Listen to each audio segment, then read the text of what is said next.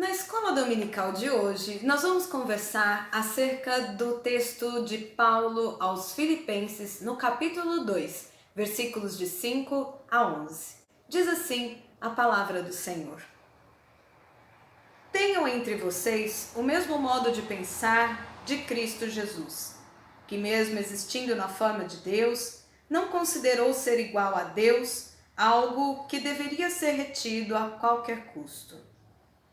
Pelo contrário, ele se esvaziou, assumindo a forma de servo, tornando-se semelhante aos seres humanos.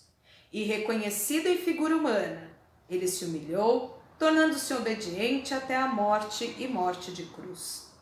Por isso, também Deus o exaltou sobremaneira e lhe deu um nome que está acima de todo nome, para que ao nome de Jesus se dobre todo o joelho, nos céus, na terra e debaixo da terra, e toda língua confesse que Jesus Cristo é Senhor, para a glória de Deus Pai.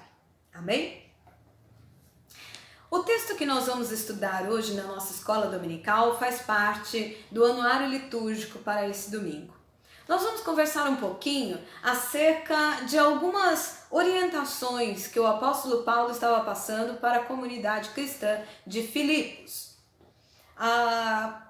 Para a gente conseguir compreender esse texto que foi lido, é preciso ter uma noção um pouco mais ampla do capítulo de número 2 de Filipenses. E aqui, para fins didáticos, nós vamos dividir esse texto em 3 partes. A parte A vai do versículo 1 até o 4. Paulo fala um pouco sobre como era a comunidade de Filipe. Ele fala um pouquinho sobre as características que essa comunidade cristã tinha. Essa era uma comunidade que estava dividida porque algumas pessoas se julgavam superiores às demais. Provavelmente porque nessa comunidade haviam senhores e escravos, havia ali livres e escravos, havia senhores e servos. Nessa comunidade, então, há gente de todos os tipos e algumas pessoas se julgam superiores às outras. É também uma comunidade que tem despontado muito o orgulho, o afeto e o sentimento de compaixão de uns para com os outros acabou dando lugar para as discussões, porque eles tinham muito orgulho. E por conta desse orgulho, eles estavam vivendo grandes conflitos. Também era uma comunidade muito vaidosa. E ali, por conta dessa vaidade, estavam despontando os interesses pessoais em detrimento dos interesses comunitários. Por conta disso, as escolhas que eles tomavam, as decisões que eles tomavam, não atendiam todas as pessoas da comunidade. Não faziam o bem comum, mas faziam o bem apenas para alguns, para algum grupo ou alguma coisa assim. Então Paulo os exorta a viverem com um só pensamento, uma forma de pensar que fosse em consenso. E para isso ele então descreve a forma como a comunidade deveria ser. Ele fala sobre o exemplo de Cristo para os cristãos da comunidade de Filipos. Ele passa então para a parte B desse texto, que vai dos versículos 5 a 11, que foi o texto que nós lemos aqui. Paulo fala sobre Jesus como um Deus que se esvazia. Ele abriu mão da sua própria glória para estar conosco, para ser um de nós e assim poder nos salvar. A palavra grega esvaziou-se é a palavra kenosis, que significa um esvaziamento total. Para que a gente consiga compreender o significado dessa palavra, basta trazer à memória a imagem de uma bexiga cheia que você, antes de dar o nozinho, você deixa abrir e escapa todo o ar dela. Esse ar que escapa da bexiga faz com que ela se torne tão diferente, não é verdade? E ela perde toda a beleza de uma bexiga cheia, né? Não se faz uma festa com um monte de bexigas vazias. As bexigas estão sempre cheias. E Jesus escolheu ser aquele que não estaria cheio da sua glória, mas se esvaziaria de toda a sua glória, de toda a sua beleza, para ser um de nós. Ele fala então de um Deus que se torna humano. Enquanto muitos humanos querem se tornar deuses, este é um Deus que se torna humano. É o Deus criador que se torna criatura para salvar a sua própria criação. Embora ele permaneça com a sua essência divina, ele, quando assume a forma de ser humano, se sujeita às mesmas limitações que nós estamos sujeitos. Ele não desfruta então da sua onipotência, nem da sua onisciência, nem da sua onipresença.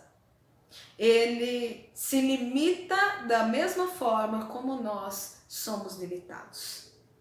Ele assume a forma de servo ao invés de ser Senhor. Esse também é um Deus que se faz humano, mas se faz humano obediente. Obediente a Deus Pai. E se torna obediente até as últimas consequências, que é a própria morte.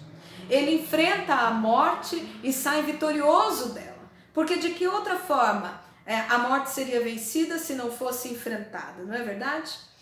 Jesus então a enfrentou por nós. Esse é um Deus que se torna servo, mas que depois, à medida em que ele se entrega totalmente nas mãos de Deus Pai o honra a ponto de torná-lo Senhor. Esse Deus que abriu mão da sua glória, esse Deus que abriu mão do seu status de Deus e que tornou-se humano, esse Deus que não se orgulhou, esse Deus que não se colocou acima de ninguém, embora tivesse poder para isso, embora ele pudesse, por direito, colocar-se acima de todos nós, ele não se colocou acima de ninguém. Mas ele se colocou na forma de servo para servir a cada um de nós. Ele se colocou para servir a todos os seres humanos. E aquela comunidade estava fazendo exatamente o contrário. Então o apóstolo Paulo vem com a terceira parte do texto. E ele diz o seguinte: vocês precisam desenvolver a salvação de vocês. Olha, Jesus já veio para nos salvar, mas nós precisamos desenvolver a nossa salvação.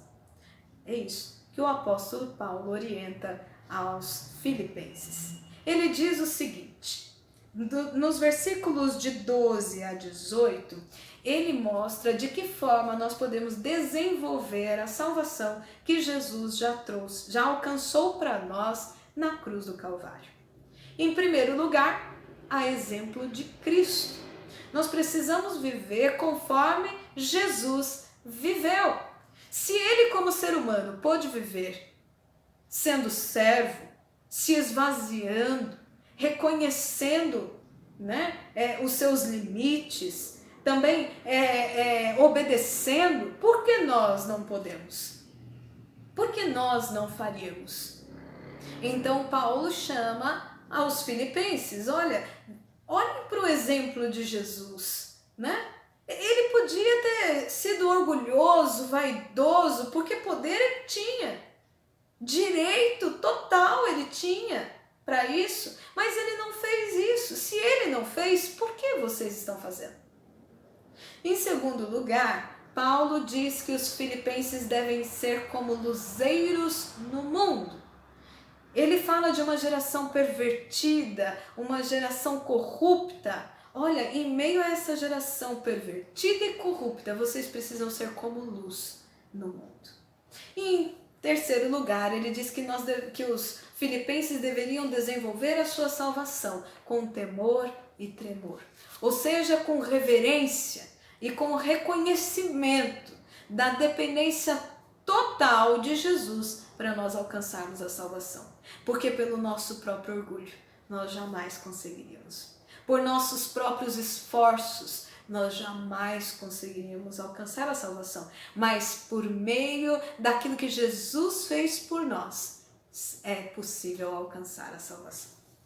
Portanto, queridos irmãos e irmãs, os cristãos e cristãs da comunidade de Filipos foram convidados a colocar em prática a salvação que Jesus já havia alcançado para eles na cruz do Calvário. E esse texto de Filipenses 2, de 5 a 11, acredita-se que era um hino de louvor mesmo, de exaltação a Jesus por tudo aquilo que ele é e por tudo aquilo que ele se tornou por causa de nós. Não só lá nos primeiros séculos, mas ainda hoje, Jesus é digno de toda honra, de toda glória, de todo louvor. E nós somos convidados a exaltar o seu nome, que foi dado pelo próprio Deus como nome acima de todo e qualquer nome. Afinal de contas, quem é que se dobra diante de alguém que não seja um Senhor? Nós nos dobramos diante de Jesus, que é o nosso Senhor e Salvador, o único das nossas vidas. Que Deus nos abençoe, que Deus nos guarde e que nós tenhamos um domingo abençoado na presença de Deus, Pai, Filho e Espírito Santo. Que Jesus Cristo, aquele que recebeu o nome sobre todo nome, seja exaltado por todos nós, hoje e sempre. Amém.